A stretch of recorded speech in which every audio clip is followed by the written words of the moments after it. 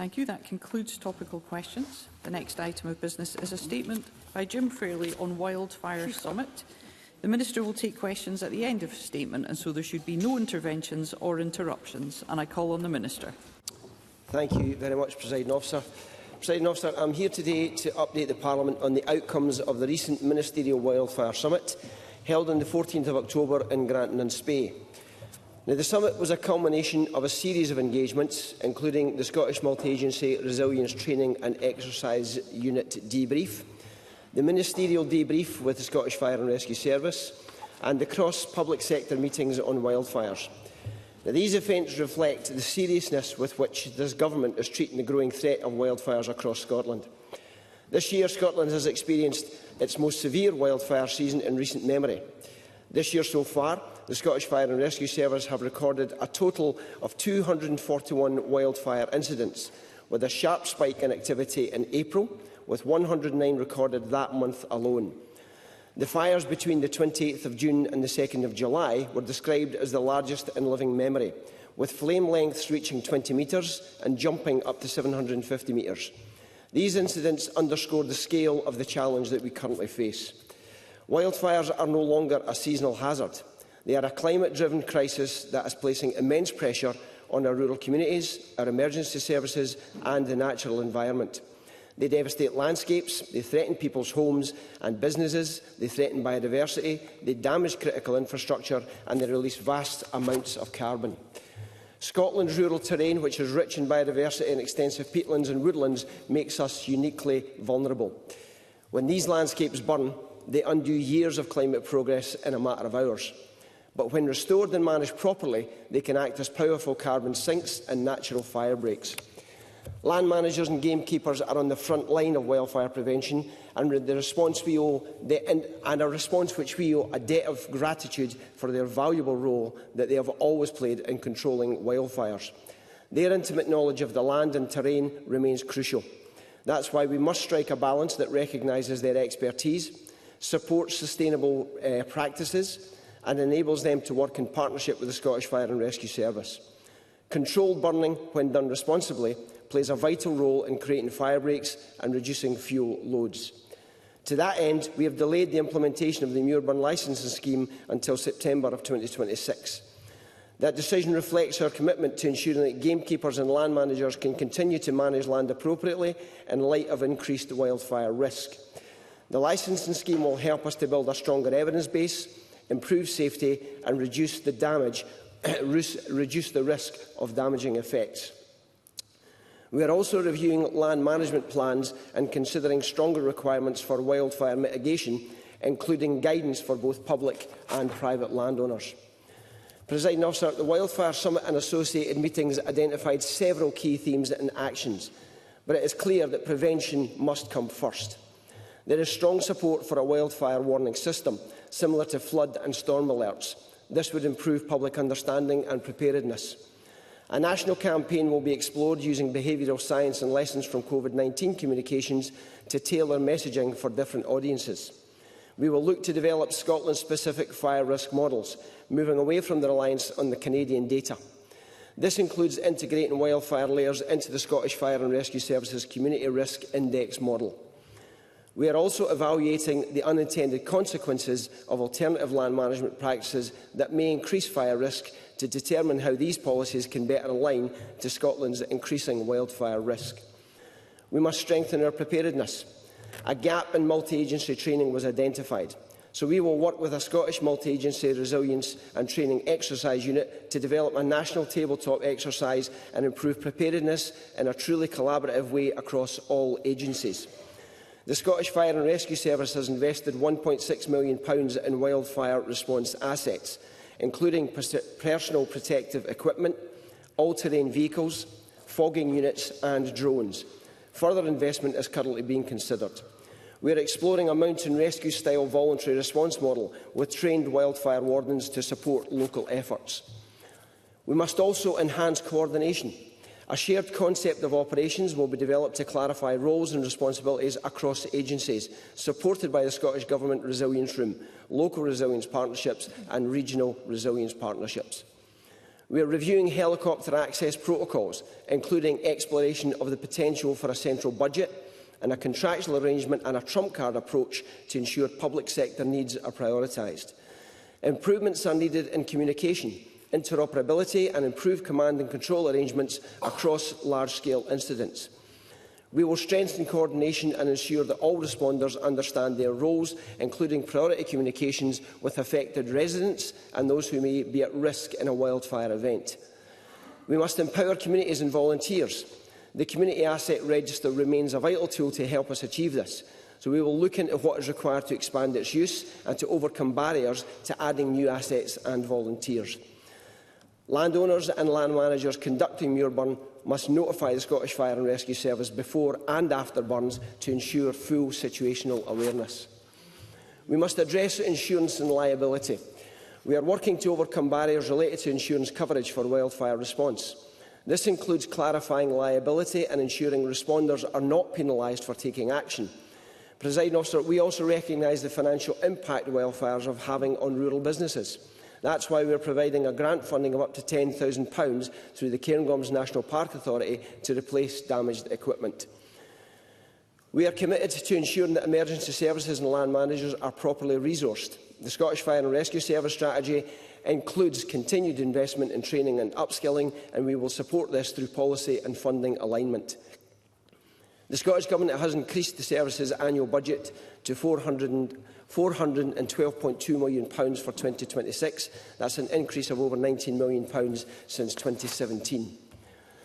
The summit concluded with a clear mandate for action. The following steps are now underway. We will finalise the Scottish Multi-Agency Resilient Training and Exercise Unit debrief, and we will publish its recommendations in full. We will develop a collaborative outline proposal to consolidate actions and to guide future strategy. We will review legislation, including national bylaws and fire-related product restrictions. We will continue to engage with land managers, insurers, emergency services and all key partners involved to refine our approach. And we will also hold a roundtable with MSPs on the 18th of November so that they can share their views with us. Presiding Officer, let me take a moment to thank the Scottish Fire and Rescue Service, the gamekeepers, the land managers, the volunteers, the local authorities and the wider land management sector, as well as local communities. Your efforts in tackling this year's wildfires have been nothing short of heroic. And the Government is committed to working with our rural communities to tackle the very real wildfire threat that is facing us. Through the right planning and the right investment and the right leadership, we will build a more resilient Scotland. We will continue to listen, to learn and to act, and I look forward to updating Parliament on our progress in the months ahead. Thank you, Presiding Officer. Thank you, Minister. The Minister will now take questions on the issues raised in his statement. I intend to allow around 20 minutes for questions, after which time we will move on to the next item of business. It would be helpful if those members who would wish to seek to ask a question could press the request to speak buttons, and I call Douglas Ross. The wildfires we experienced in Murray and Highland in June of this year were simply devastating, and it is thanks to the heroic efforts of the Fire and Rescue Service, but also the estate workers, the gamekeepers, the farm workers, the forestry workers, volunteers and communities that they were brought under control. And I said this privately to both ministers. I also believe we were lucky because we got a downpour one night that put out most of these fires. At times, despite these heroic efforts, the fire was getting away from both the professionals and those seeking to bring it under control. It's a welcome update from the summit, but again I say gently to the Minister, there were people bitterly disappointed, and I exclude myself from this because I know I'm not going to be invited to a summit with this Minister, but there were certain estates and those within the sector who were bitterly disappointed they were not included in the summit, and I hope that's something considered going forward. There is clearly an issue with capacity within the Scottish Fire and Rescue Service. They needed the help and support of so many other organisations to get these fires under control. So what consideration has the Minister and the Government given to a dedicated wildfires unit within the Scottish Fire and Rescue Service? In his statement, the Minister spoke about reviewing protocols for helicopters. Can we get more information on this? Because I think it's not generally known or widely known that the helicopters that assisted in this wildfire were only drawn upon because of the insurance that was held by the estate, and they could draw down on that insurance to use these helicopters. And the Minister mentions reviewing insurance. We are hearing that insurers are unwilling or unable to provide cover for employees or equipment fighting fires on land owned by a third party. We need more than just a review. We need the Minister to tell us what is going to happen to resolve this. And finally, if I can, Presiding Officer, at the same time, our firefighters were dealing with the wildfires on Dava and coming into Murray. We had more deliberate fires, particularly in Lossiemouth, draining resources away. So what are the government doing to tackle deliberate fires? Because since 2017, Sunbank Quarry in Lossiemouth has seen 50 recorded deliberate fires. We need far greater punishment for those who are deliberately setting fire because it is drawing away resources and is a huge concern. Minister. Officer, there's a number of questions in there that Douglas Ross has asked, and I take the point on board that he said about we restricted the number of people who came to the round table, and that was done very deliberately so we could have a proper, open discussion about what the processes were that we would take forward, and I think it did that. Douglas Ross also said that he would never be invited to a round table that I was hosting. Well, he's invited to the one that I'm holding this week. And Douglas Ross has already been invited to that. Members. In capacity from the fire service, I think what we'll have to bear in mind is that the scale of wildfires is such that it absolutely requires the knowledge and the resilience of the local community as well as the Scottish Fire and Rescue Service. There is a service review that's going on with the Scottish Fire and Rescue Service at the moment to specifically look at the changing needs of what the Scottish Fire and Rescue Service are delivering, and that's a process that's ongoing. As far as the helicopters provision that he's talking about, I absolutely take that on board, which is why it is in a review and why it is that we're looking at is there a trump card that would allow us to say that on this occasion we need that helicopter more than somebody else. As far as his insurance is concerned, clearly insurance is private companies. We are continuing to have that dialogue, and I will be happy to update the Chamber and the people who are looking for that insurance in due course. As far as deliberate firing setting is concerned, well, that's very much a police response, and I would expect the Police Scotland to deal with that appropriately. I call Rosa Grant. Thank you, Presiding Officer. This summer, Scotland experienced the greatest number of wildfires in living memory, with over 200 incidents. Lives, livelihoods and ecosystems are under mounting threat. The carbon released will have a devastating impact on climate change.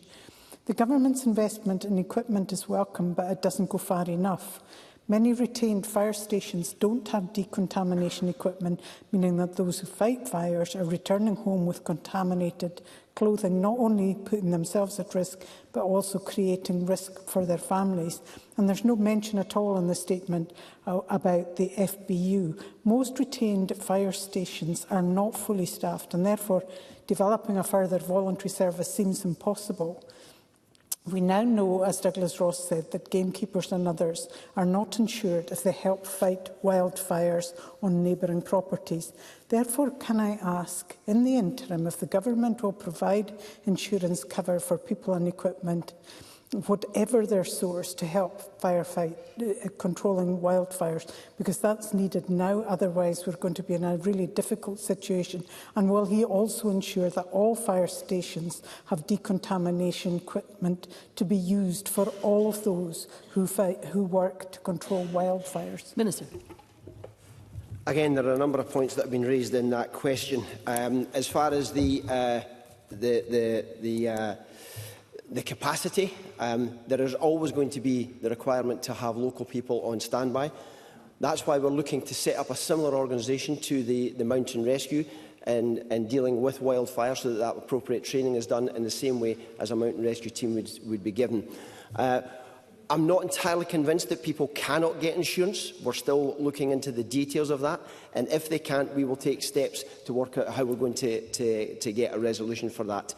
As far as the service delivery review that I spoke about in my previous answer to Douglas Ross, that's all part of the ongoing work that the Scottish Fire and Rescue Service are dealing with. They are very alive to the fact that the demands on them are changing, and therefore they are changing the way they do their work.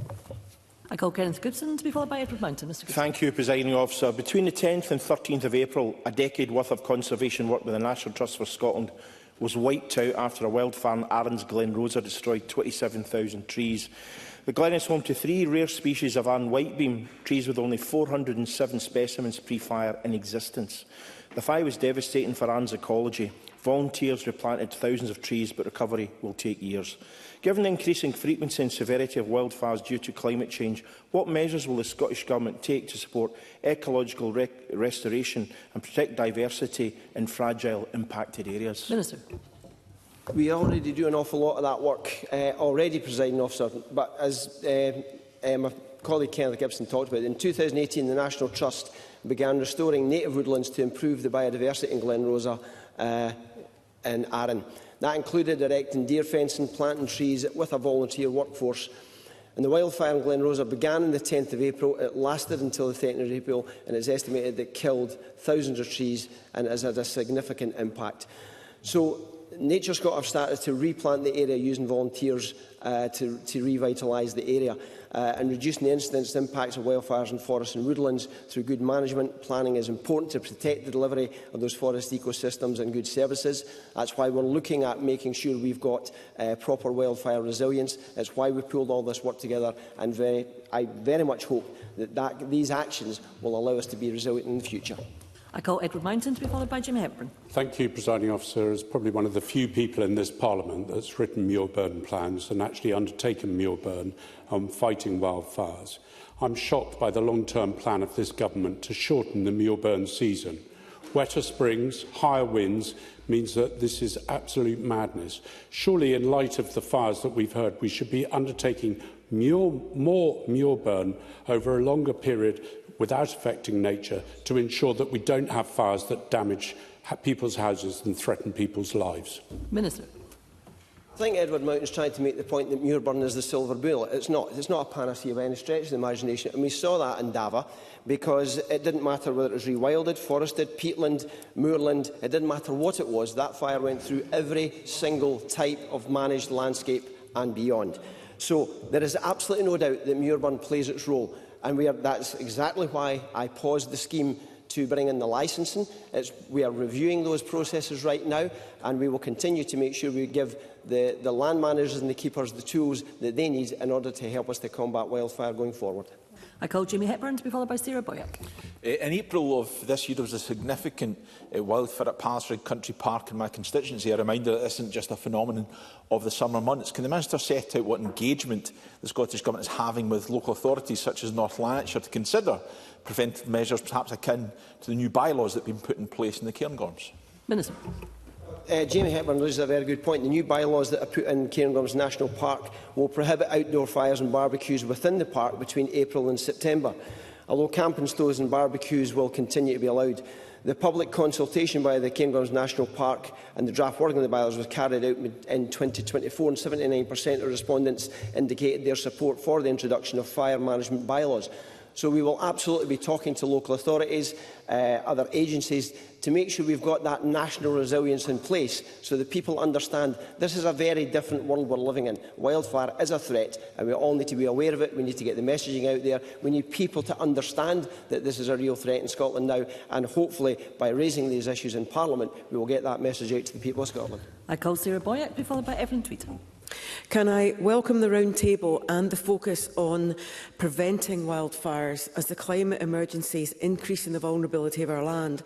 It's good to hear that there will be increasing funding, given the real terms cut of £56 million in recent years. So will the Minister acknowledge that we need to look at both urban and rural challenges, as our fire services are under huge pressure dealing with wildfires, storms and flooding?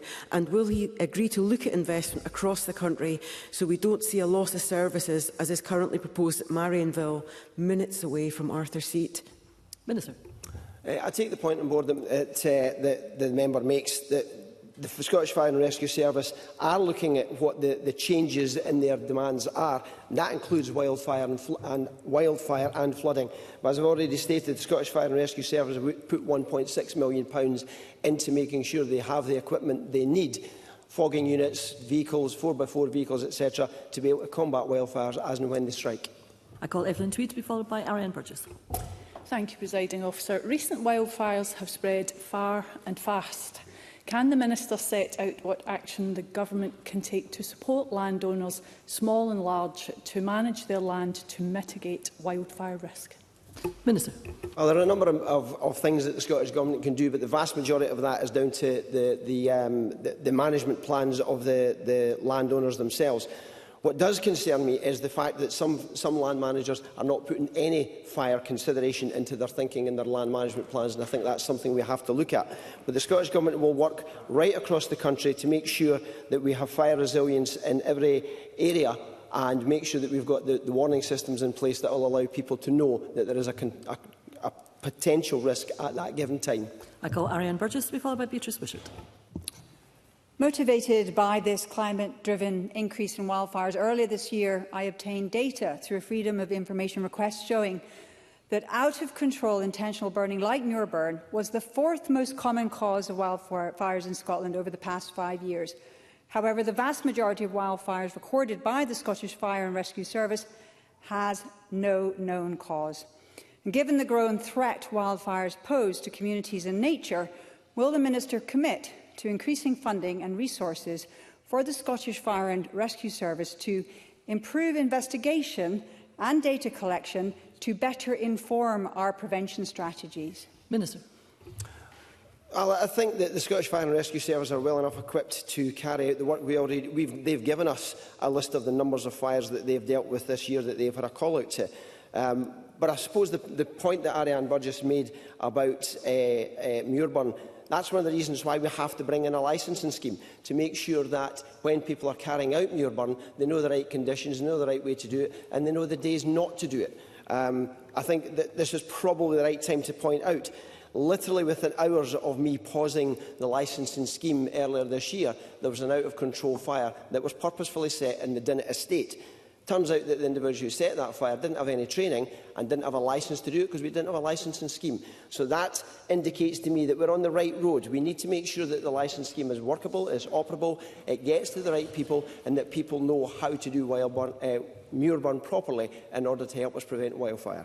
I call Beatrice Wishart to be followed by Fergus Ewing. Thank you, Presiding Officer. We can be in no doubt that the climate is changing and preparation will be our best tool to prevent and limit dangerous wildfires in the future.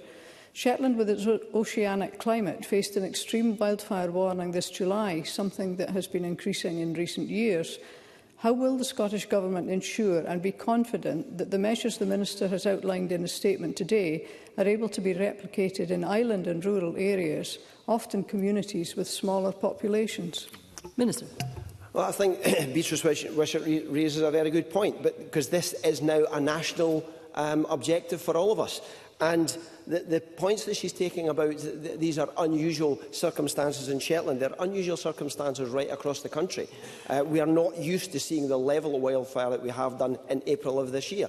So that confirms the fact that the work that myself and Siobhan Brown have been doing together to put this together is allowing us to build a resilience into the system that will allow us to make sure that every part of the country has the protection that it needs. I call Fergus Ewing to be followed by Emma Roddick. The suggestion of a mountain rescue type service is welcome, but as someone who served in a mountain rescue team for about a decade, albeit in a different century, I can assure the Minister that it will take several decades for a voluntary model to develop. That's just fact. What is needed is an urgent solution in place to tackle wildfires more effectively in place by next spring. And my question is, and I put this to the Minister in writing at the weekend, I have had detailed discussions with various parties, including a land manager and keeper with between them about a century of experience, who have a specific proposal. Would the Minister be willing to meet with them and myself, as I do think that this could be the part of, a very serious part of the answer, and possibly save lives to boot? Minister. I did receive the letter from Fergus Ewing, and I take on board the point that building a mountain rescue team may not be an overnight solution, but it is certainly something that we need to start now. In the request for the meeting, I have forwarded the very detailed list of proposals that he put forward, very sensible, detailed proposals. I have asked my officials to look at that, and we will respond in due course. I call Emma Roddick to be followed by Jamie Halker-Johnson. Thank you, Presiding Officer. The Minister is aware I've made multiple inquiries about the potential to ban the use of disposable barbecues at a government level. The Cairngorms National Park Authority has taken the lead and introduced a local bylaw, but if we are serious about reducing risk and preventing wildfires, this is a clear action that can be taken nationwide, or at least in our most vulnerable areas where there's woodland, peat or a greater likelihood for fire to damage agriculture and other rural businesses. So can the Minister give any further update or reassurance on whether the Scottish Government will consider such a ban? Minister. The Cairngorm National Park has brought in this bylaw, and local authorities are in position to be able to do the same thing. But this is one of the considerations that we're looking at as we go through the process of gathering the information. And if Ms Roddick is at the round table that we're having later on this week, we can perhaps put more flesh on the bones as to what that might look like, or if there are any barriers to us being able to do so. I call Jamie Halker-Johnson to be followed by Emma Harper. As well as the incident that Kenny Gibson and Beatrice Wishart mentioned, in 2022, a fire on Grignard Island burned from one end of the island to the other in what was described as an apocalyptic scene. So can I ask the Minister who attended the Wildfire Summit specifically to represent island communities, and what additional support is the Government providing or considering providing to protect our island communities? Minister. The list of people who attended the Wildfire Summit, I have that here. There were about 8 or 9 people from the Scottish Government and agencies. There were another 10 from fire experts and emergency services. There was a group of land managers. There were ENGOs, and there were the insurance companies as well as gamekeepers. A specific island resident, I guessed that maybe somebody from an island who lived there, but no, we didn't look at a specific island issue because, as I've already said, this is a national effort. It's not just about islands, so the islands will be included in the same level. Members, let the Minister respond. The islands will be included in the same level of consideration as every other part of Scotland will. I call Emma Harper to be followed by Finlay Carson. Thank you, Presiding Officer. In April this year, we saw a massive wildfire strike Galloway in the heart of the Forest Park. Thankfully, no one was injured and no lives were lost. But the work of the local community in Glentrool was highly helpful to responders like the Fire and Rescue Service and Galloway Mountain Rescue Team. Could the Minister outline how the Scottish Government are encouraging partnership working across communities and responders, not just in terms of wildfires, but other issues in our rural communities? Minister. Well, that issue is one of the things that I've tried to get across from the start of my statement, and that is that this has got to be a partnership coordinated approach right across Scotland, whether it's gamekeepers, land managers, local authorities, Scottish Fire and Rescue Service. It takes all of us to absolutely get behind this project to make sure that we build the resilience into our fire and rescue services and into our local communities to make sure we have that resilience. So that's something that we'll continue to do through the smart work that we're doing at the moment. It's why we're having this round table with MSPs, because they will bring their own perspectives, and we will continue to build that resilience so that we have actions in place ready for us at the start of the next season, spring of next year. And I call Finlay Carson. The wildfires in Galloway Forest Park scorched approximately 6,500 hectares, or approximately 25 square miles. This made it one of the largest wildfires in the UK that year, accounting for nearly a quarter of all the land burned across the country. Yet there was no mention of representation from Dumfries and Galloway, Galloway Forest Park or South of Scotland stakeholders in any report from the summit. The Minister states that £1.6 million has already been invested in wildfire response, including PPE and all-terrain vehicles, and that other investment is being considered. Can the Minister clarify whether any wildfire response investment has been made in Galloway, and if any future investment will be delivered in my constituency? And given the strange emphasis on the Cairngorms National Park in the grant funding scheme, will similar financial support be extended to rural businesses in Galloway affected by wildfires? Minister. Finlay Carson, I think he's pointed out, as have other members, that this wildfire danger that we face isn't just in Galloway, it isn't just in the islands, it's right across Scotland from one end to the other. So therefore, this is a national approach. We didn't invite every single area of Scotland to the Wildfire Summit because they'll... Mr Carson, please let the Minister respond to your question. Thank you. We didn't invite people from all across the country. What we invited was the people who had the expertise and the understanding of how they're going to manage and put the resilience into wildfire across the country. That doesn't mean to say that the issues in Galloway aren't as important as the issues were in Dava. It means that every single part of Scotland has to have the resilience and to make sure that we have the provisions in place, which is why we're doing the work that we're doing, and that's exactly what we'll deliver next year. Thank you, Minister. That concludes the statement, and there will be a short pause.